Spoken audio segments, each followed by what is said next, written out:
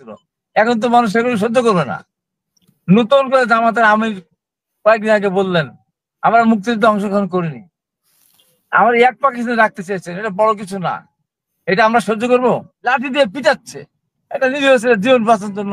এবং তারা বললো কি মসজিদে ইমাম সাহেব নামাজ পড়ানোর পর বললেন যে বিএনপি মসজিদ আক্রমণ করেছে, বোমা গ্যানেট বন্দুক দিয়ে আক্রমণ করে, আপনার প্রতিরোধ করুন। সাধারণ ছেলেদের অত্যাচার করেছে, রক করেছে, মারধর করেছে, কি বলে তার রুম ভাঙচুর করেছে, তাই করেছে। তাদের কি অবদান, কি অবদান তাদের দেশে?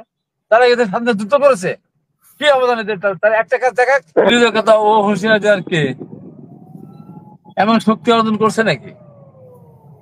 হ্যাঁ, এত শক্তি অর্জন করছে এখন দেখে না? ওই যে পয়লা বৈশাখে স্টেজে যত লোক ছিল, নিচে অত লোক ছিল না। এই যে স্থানীয় সরকার নির্বাচন দাবি নিয়ে গেছিল আপনার নির্বাচন কমিশন, ওখানে কয়টা লোক গেছিল?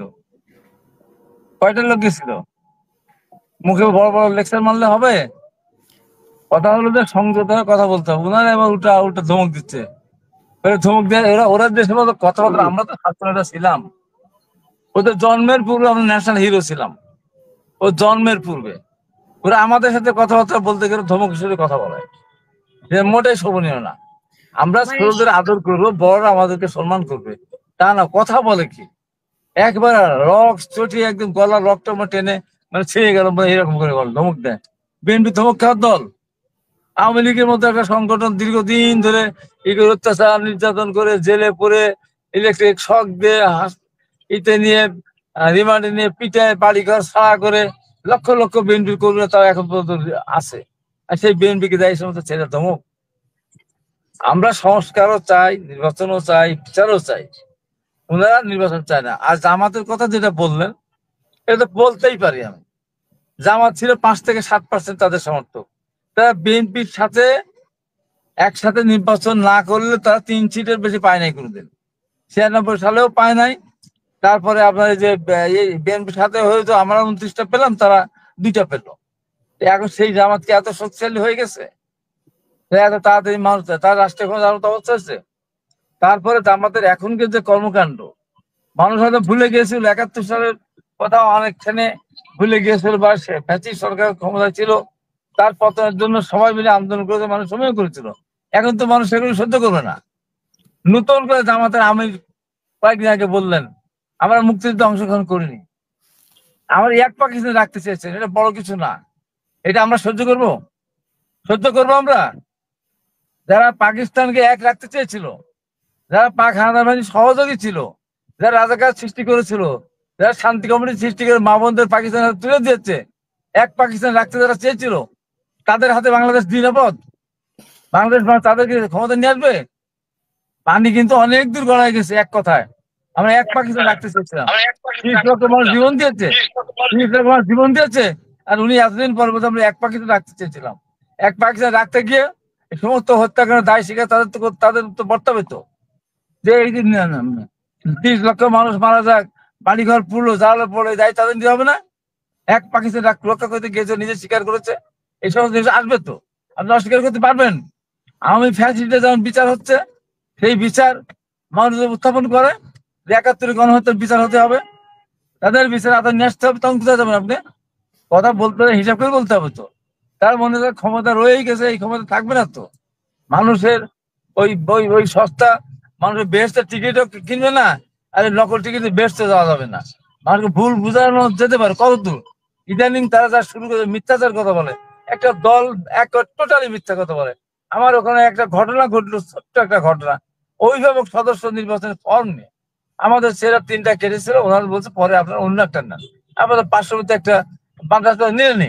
সেটাকে কেন্দ্র তুল কালাম কাণ্ড বানায়, গুলি বন্দুক দিয়ে গোলাগুলি করে, মোটরসাইকেল ভেঙে, অফিস টফিস ভাঙচুর করে, তছনছ করে, তারপরে নিজের অফিসে নিজের আগুন তুলে পুড়াই দিয়ে নিজেরাই আমাদের উপর দায় চালানোর চেষ্টা করলো। এখন এনএসআই ক্লিয়ার হয়ে গেছে, থানার ওসি সাক্ষী দিয়েছে, ওরাই মরিচ পটকা নাকি একটা পটকা ফুটায় বাংলা ভাষা এদিকে কেন ভাই, বাংলা ভাষা এদিক দেয় নাকি? কোথায় যান? তাই এর অবস্থা। এখন এই যে মিথ্যা কথা, আমি বললাম যে জামাত ইসলামের আটঘরিয়ার কথা বলেছি, তাদের ওখানে আমির টুপি মাথায় দিয়ে ছুরি দিয়ে কোপাচ্ছে, লাঠি দিয়ে পিটাচ্ছে, এটা নিরীহ ছেলের জীবন বাঁচার জন্য। এবং তারা বললো কি মসজিদে ইমাম সাহেব নামাজ পড়ানোর পর বললেন যে বিএনপি মসজিদ আক্রমণ করেছে, বোমা গ্রেনেড বন্দুক দিয়ে আক্রমণ করে, আপনার প্রতিরোধ করুন। মসজিদ থেকে আপনার ওখানে সব দেখা যাচ্ছে বিরোধীদের অস্ত্র আগে থেকে নিয়ে এসে রেখেছিল, দেশীয় অস্ত্র আগ্নেয়াস্ত্র নিয়ে তারা দাঁড়াতে করে আল্লাহ আকবার ধ্বনি দিয়ে তারা গিয়ে বা আমাদের বিএনপি অফিসার যত মোটরসাইকেল গাড়িগুলো ছিল আমাদের লোকদেরকে ওই প্রধান ডেকেছিল সমঝোতার জন্য, তারা যায়নি, আমাদের লোক গিয়েছিল, সব ভেঙে তছনছ করে দিল। এইটা কোন কাণ্ড হলো? তারপর নিজেরা অফিস পুরাই দিয়ে আমাদের দায় দিল। এবং ওই মসজিদের ইমাম এবং মুয়াজ্জিন তারা ওখানে চাবি নিয়ে তালা মেরে চাবি নিয়ে চলে গেল। মানুষ এশার নামাজ পড়তে পারে নাই, ওই মসজিদের মানুষ ফজর নামাজ পড়তে পারে নাই, ওই মসজিদের মানুষ জুম্মা নামাজ পড়তে পারে নাই। এটা চাবি, সেই চাবি আটকে রেখেছিল, মানুষ জুম্মা নামাজ মাঠে পড়েছে। গাজা যে এত আক্রমণ হচ্ছে মসজিদে উদ্দেশ্য করে, এরা ইসরায়েল আক্রমণ করে, তার কথা মানুষ জুম্মা নামাজ মসজিদে পড়ে, মসজিদে পড়তে দেয়নি। আমি তাই বলেছি যারা মিথ্যা কথা বলে তাদের পিছনে নামাজ হয় না, তাই 8 ঘন্টার কোন ইমামের পিছনে, জামাতের কোন ইমামের পিছনে নামাজ হবে না, যেহেতু মিথ্যা কথা বলে। কোন মানুষ মিথ্যা কথা বলে তার আজান শুনে মানুষ মসজিদে যেতে পারে না, কারণ মিথ্যাবাদীরা আজান শুনে মসজিদে গেলে সেটা জায়েজ না। এটা আমি বলেছি। এইটা নিয়ে ওই আগের ওটুকু না দিয়ে শুধু বলতে হাবিব বলেছে জামাতের পিছনে ইমামতি করলো, এটা ইমামতি করা যাবে না। তারপরে আবার আরেকটা হটালো, আমি নাকি বলেছি বিএনপি ক্ষমতা গেলে মসজিদ বন্ধ করে দেবে।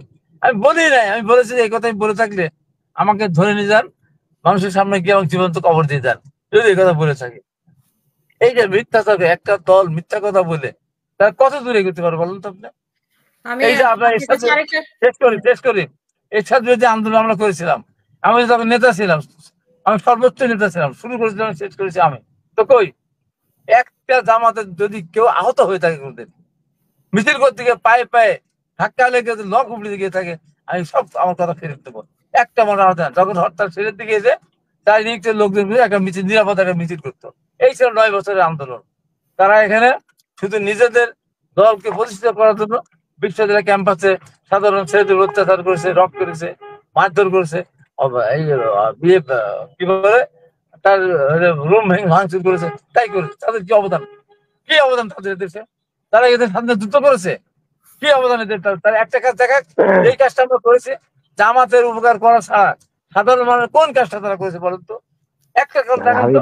আর বিএনপি তো সে আপনার মুক্তিযুদ্ধের শহীদ রাষ্ট্র জিয়ার রহমানের অবদান, মহান স্বাধীনতা ঘোষণা দেওয়া, যুদ্ধ করা, সেক্টর কমান্ডার বীর উত্তম, তারপরে বাংলাদেশের ইরিগেশন সিস্টেম করা, উন্নতি, আপনার গার্মেন্টস প্রতিষ্ঠা করা, ম্যান পাওয়ার, এই সব বিএনপি করেছে।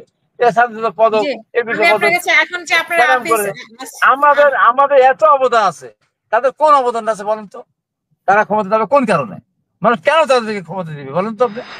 যে কারণে তাদের যদি সেই মানে সেই লোকবল তৈরি হয় তাহলে মানুষ এত পাগল এখনো হয়নি। স্বাধীনতা বিরোধী একটা সংগঠন তারা নিজেরা নতুন করে স্বীকার করতে 53 বছর পর আমরা এক পাক রাখতে চেয়েছিলাম, তাদেরকে মানুষ প্রতি ক্ষমতায় আনবে এই বাংলাদেশে অসম্ভব।